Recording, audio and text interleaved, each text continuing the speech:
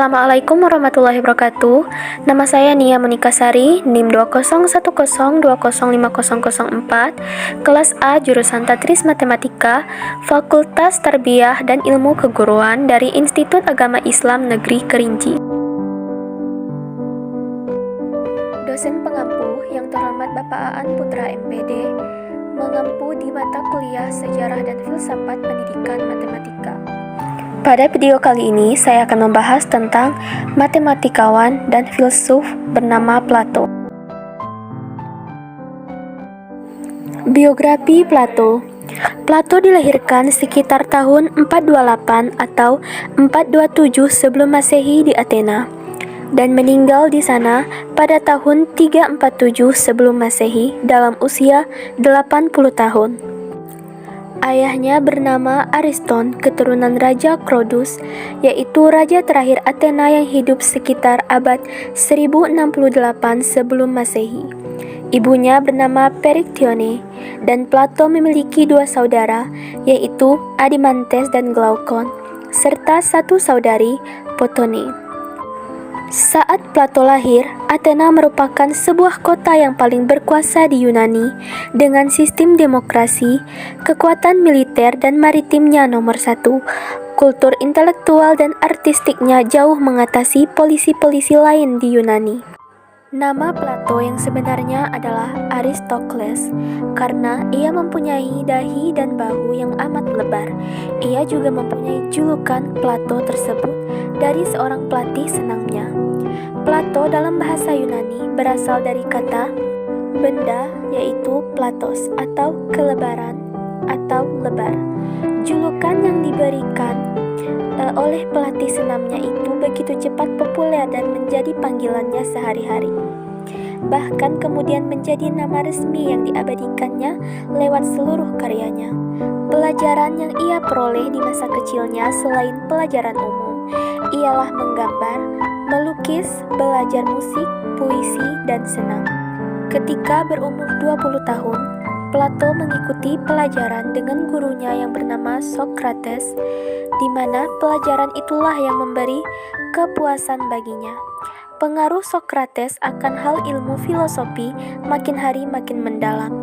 Ia menjadi murid Socrates yang setia, sampai pada akhir hidupnya Socrates tetap menjadi pujaannya.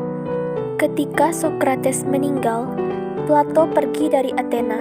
Itulah permulaan ia mengembara 12 tahun lamanya, dari tahun 399 sebelum Masehi sampai 387 sebelum Masehi. Mula-mula ia pergi ke Megara, tempat Euclides mengajarkan filosofinya. Diceritakan bahwa di Megara ia mengarang beberapa dialog yang mengenai berbagai macam pengertian dalam masalah hidup berdasarkan ajaran Socrates. Di Megara ia pergi ke Kirena, di mana ia memperdalam pengetahuannya tentang matematik pada seorang guru yang bernama Theodoros. Di sana juga ia mengajarkan filosofi dan mengarang buku-buku. Plato juga sempat dipenjara dan dijual sebagai budak.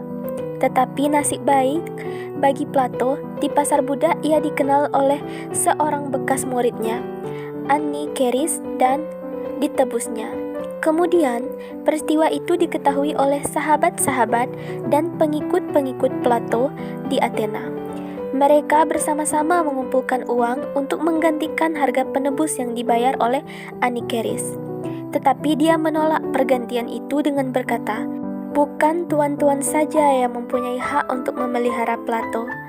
Akhirnya, uang yang terkumpul itu dipergunakan untuk membeli sebidang tanah yang kemudian diserahkan kepada Plato untuk dijadikan lingkungan sekolah tempat ia mengajarkan filosofinya. Tempat itu diberi nama Akademia. Sejak berumur 40 tahun atau 387 sebelum Masehi, ia terus mengajarkan ilmunya pada murid-muridnya sampai akhirnya ia meninggal di usia 80 tahun di tahun 347 sebelum Masehi. Perspektif Plato tentang ide. Konsep paling penting yang dikembangkan Plato adalah teorinya tentang ide, atau biasa disebut juga dengan teori tentang bentuk. Plato menyatakan bahwa realitas ada pada dua tingkat tertentu.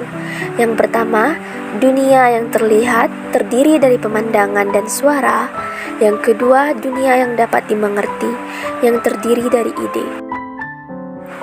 Teori tentang ide banyak muncul di dalam dialog Plato, dan konsepnya berbeda dari teks ke teks, dan terkadang perbedaan ini tidak pernah sepenuhnya dijelaskan. Melalui teori ide, Plato menggabungkan pemikiran abstrak sebagai sarana untuk mencapai pengetahuan yang lebih besar. Perspektif Plato tentang pengetahuan. Plato menempatkan perhatian besar pada pendidikan dan percaya bahwa pendidikan menjadi salah satu bagian terpenting dalam menciptakan suatu negara yang hebat. Plato menjelaskan bagaimana manusia dapat memperoleh pengetahuan dengan perumpamaan tentang gua dan analogi tentang garis terbagi. Yang pertama, perumpamaan tentang gua. Ini merupakan percakapan antara Socrates dan saudara Plato, Glaukon. Dalam dialog, Socrates meminta Glaukon untuk membayangkan dunia di mana ilusi dianggap sebagai kenyataan. Intinya bahwa gua dan bayangan merupakan ketidaktahuan, matahari adalah kebenaran, jalan ke atas adalah jalan menuju pengetahuan, dan dunia luar adalah pengetahuan. Analogi tentang garis terbagi. Analogi tentang garis terbagi dimulai dengan menggambarkan sebuah garis, lalu membaginya dalam dua bagian yang tidak sama besar. Kemudian, kedua daerah dibagi lagi untuk proposisi yang sama. Tiap daerah A, B, C, dan D memiliki ukuran berbeda, di mana daerah A lebih besar, semakin mengecil hingga ke daerah D yang terkecil.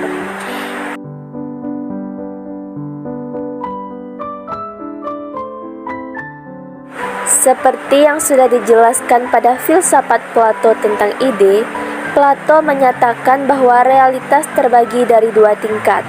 Yang pertama, dunia yang terlihat pada daerah C dan D, dan yang kedua, dunia yang dapat dimengerti pada daerah A dan B. Pemikiran filsafat Plato. Pemikiran Plato sangat dipengaruhi oleh filsafat Pitagoras sejak awal. Bagi Plato, jiwa dan tubuh yang merupakan esensi sejati wujud. Plato percaya bahwa jika datang dari dimensi yang lebih tinggi, di mana ia akan berhubungan dengan kebenaran, pada titik tertentu, jiwa menyerah pada kesenangan rendah. Ada tiga bagian. Yang pertama, teori tiga bagian, yaitu salah satu gagasan yang dikembangkan oleh Plato, di mana bagian-bagian ini adalah impulsif, rasionalitas, dan elemen hasrat. Plato menganggap bahwa unsur-unsur ini adalah kemampuan jiwa. Yang kedua, konsepsi yang benar. Plato menetapkan dua jenis realitas. Wilayah nyata dibentuk oleh dunia gagasan, dan bola semi nyata sesuai dengan dunia material dari sensitivitas. Bagi Plato, dunia ide adalah abadi dan tidak tunduk pada ruang apapun dan kapanpun. Yang ketiga, mitos gua. Menurut mitos gua, ada area yang terkait dengan ide-ide yang tidak dapat dipahami, dan ada lagi yang jelas terkait dengan dunia yang masuk akal yang kita alami sebagai makhluk. Bagi Plato, hidup di dalam gua berarti hidup dalam kegelapan dan tunduk sepenuhnya pada kesenangan duniawi. Pemikiran kontribusi Plato terhadap matematika. Plato mendasarkan pemikirannya atas matematika berdasarkan gagasan dari Pitagoras tahun 570 sebelum Masehi sampai 495 sebelum Masehi. Salah satu kelompok sofis yang mengatakan bahwa ilmu matematika adalah kunci untuk memahami realitas. Tetapi karena Plato lebih tertarik kepada bagaimana menciptakan dunia yang ideal, maka Plato menganggap bahwa matematika adalah jalan menuju filsafat. Menurut Plato, matematika adalah pengetahuan yang tidak berdasarkan kebenaran indera atau priori, tetapi berdasarkan kebenaran intelektual. Menurut Plato, kekuatan matematika adalah pada karakter matematika itu sendiri. Walau matematika tidak sama dengan realitas, tetapi matematika dapat dikatakan untuk menjelaskan dan memahami sebuah realita. Plato berpendapat, pemikiran geometri atau ilmu ukur didasarkan pada fakta bahwa bentuk-bentuk tertentu, seperti bentuk lingkaran, secara indera dipersepsikan sehingga memperoleh pengetahuan umum yang berlaku pada lingkaran itu sendiri.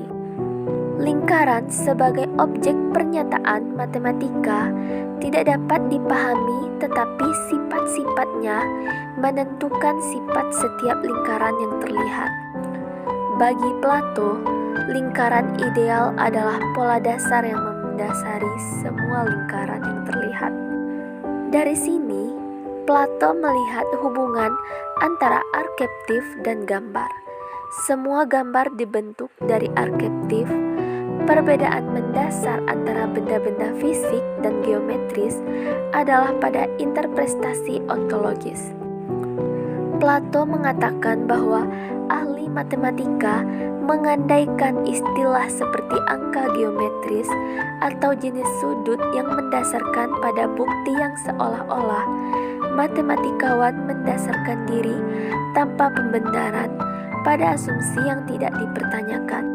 Pengetahuan ide abstrak hanya secara filosofis dipahami melalui wawasan ke dalam karakter ide-ide objek matematika. Sehingga, dari sudut pandang didaktik, Plato menganggap matematika sebagai persiapan penting untuk filsafat. Dalam Politeia, Plato menunjukkan bahwa matematikawan tidak menjelaskan persyaratan aksiomatik, tetapi menganggapnya sebagai bukti.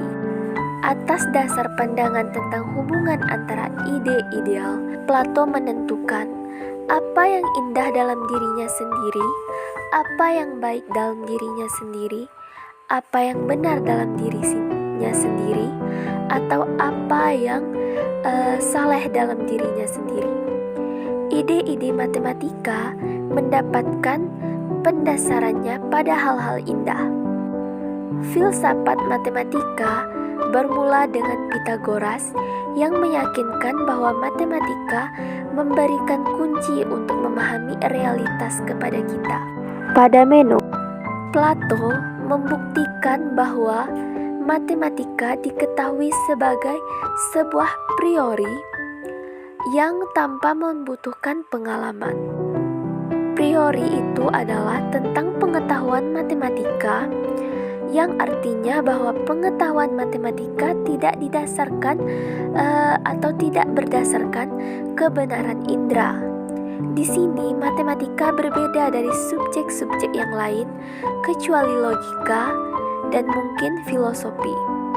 Banyak subjek yang bergantung pada pemikiran empiris yang berdasarkan pada penglihatan, pendengaran, dan sesuatu yang dapat dirasakan. Relevan atau sesuai itu apakah hubungan matematika murni dengan matematika realistik? Mana yang lebih relevan? Jika kebenaran matematika diterapkan dalam realitas empiris, seperti yang mereka yakini, mereka harus lebih peka terhadap sangakalan secara empiris. Plato memberikan contoh lain dalam buku Phado, di mana kita memiliki konsep dua hal yang sama. Contohnya adalah dua tongkat menjadi sama panjangnya. Jika kita mengujinya lebih mendalam, ternyata kita menemukan bahwa sebenarnya tongkat tersebut tidaklah benar-benar sama. Menurut Plato, kebenaran matematika adalah teori dan telah menemukan persetujuan dari para ahli yang memberikan kita pengetahuan tentang realitas objek-objek yang ada. Hal ini disampaikan oleh Pythagoras. Apa yang dilakukan Plato sendiri itu adalah untuk memutuskan kebenaran matematika dari konteks yang sangat dekat dengan realitas empiris. Plato memberikan bukti empiris dari luar sebagai bentuk ketidakrelevanan yang lengkap. Dia sedikit memberikan sentuhan kebenaran secara empiris mengenai objek serta materi. Objek secara materi tersebut ada karena ketidaksempurnaan dan pemanipulasian mereka yang mengacaukan pengetahuan. Terima kasih. Wassalamualaikum warahmatullahi wabarakatuh.